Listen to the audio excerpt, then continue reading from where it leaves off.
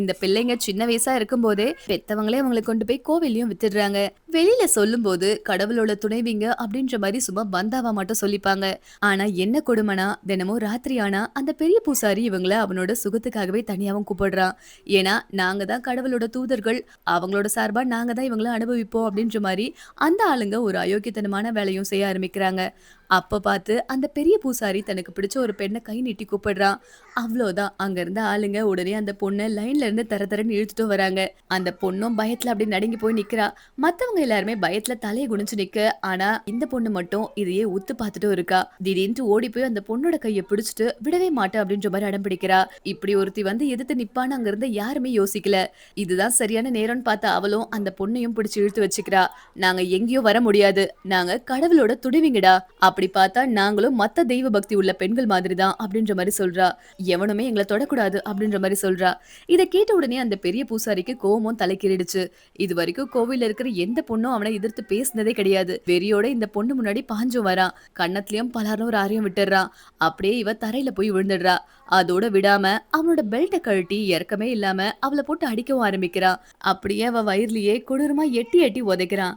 உசிரே போகிற அளவுக்கு போட்டு அடிச்சு திம்சமும் பண்ணிடுறான். அவன்களை பொறுத்த வரைக்கும் இந்த பொண்ணுங்களா மனுஷ பிறவி அப்படின்ற மாதிரி மதிக்கப்படல. இந்த மொத்த விஷயத்துமே கேட்ட இவனுக்கு நரம் எல்லாமே புடைக்க ஆரம்பிக்குது. ரொம்பவுமே கோவப்படுறான். கோவில்ல பெரிய பூஜை நடந்துட்டு இருக்க டைமா பார்த்து இவனும் உள்ள பைக்ல வந்து கோவிலுக்குள்ள நுழையறான். நேரா மெயின் ஹாலுக்குள்ள வண்டியை விட்டு அங்க இருக்கிறவனையும் போட்டு அடிக்கிறான். அப்படியே பாஞ்சு வந்து அந்த பெரிய பூசாரியும் மிதிச்சு தரையிலையும் தள்ளுறான். அந்த சாமி கையில இருந்த கத்திய சட்டுன்னு எடுக்கிறான். ஒரே ஒரு வெட்டுல அந்த பூசாரியோட ஆண்மைய அறுத்தெரிஞ்சிடறான். அப்படியே அந்த ஆளை எரியிற தீயில தூக்கி போட்டு அவனோட மொத்த பாவத்தையுமே அந்த நெருப்புலயே சுட்டரிக்கிறான். இவ கழுத்துல இருந்த அந்த கோயில் செயினை அப்படியே அவன் அறுத்தெறியறான். அவ கைய பிடிச்சிட்டு அந்த இடத்த விட்டு ரொம்பவே தூரத்துக்கும் கூட்டிட்டு போயிடுறான். அதுக்கப்புறமா இவன் நியூஸ் பேப்பர் ஆபீஸ்லயும் வேலைக்கு சேர்றான். ஒரு வழியா அவனுக்கு தங்கறதுக்குன்னு ஒரு குட்டி வீடியோ அமைது. அதுக்கப்புறம் அவனும் இவளும் முறைப்படி கல்யாணமும் பண்ணிக்கிறாங்க. கையை கூத்துட்டு இனிமே நம்மள எவனும் பிரிக்க முடியாது அப்படின்ற மாதிரியும் சத்தியமும் பண்ணிக்கிறாங்க. அதுக்கேத்த மாதிரி இவனும் சொசைட்டில நடக்கிற அநியாயங்களை எல்லாம் பேப்பர்ல ஆர்டிக்கலா எழுதி வெளியிலயும் கொண்டு வரான். அவன் எழுதின எழுத்துக்கு ஊர் முழுக்க செம ரெஸ்பான்ஸும் கிடைக்குது. அப்படியே பயங்கரமா ஃபேமஸும் ஆயிடுறான்.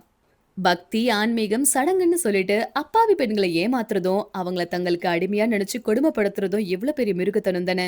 இந்த நவீன உலகத்துல கூட பல இடங்கள்ல பெண்களை ஏதோ ஒரு ரூபத்துல அடக்கியே ஆளணும் அப்படின்னு நினைக்கிற கூட்டம் இருந்துட்டு தான் செய்யுது. ஆனா பெண்களுக்கு எதிரான அநீதி எங்க நடந்தாலுமே அதை நம்ம ஒரு சமூகமா ஒண்ணா நின்னு தட்டி கேட்கணும். பெண்களுக்கு தேவை பாதுகாப்பு மட்டும் இல்ல, தங்களோட உரிமைகளை நிலைநாட்டக்கூடிய சுதந்திரமும் துணிச்சலும் மட்டும்தான் தேவை. இந்த வீடியோ உங்களுக்கு பிடிச்சிருந்தா மறக்காம லைக் அண்ட் சப்ஸ்கிரைப் பண்ணிக்கோங்க.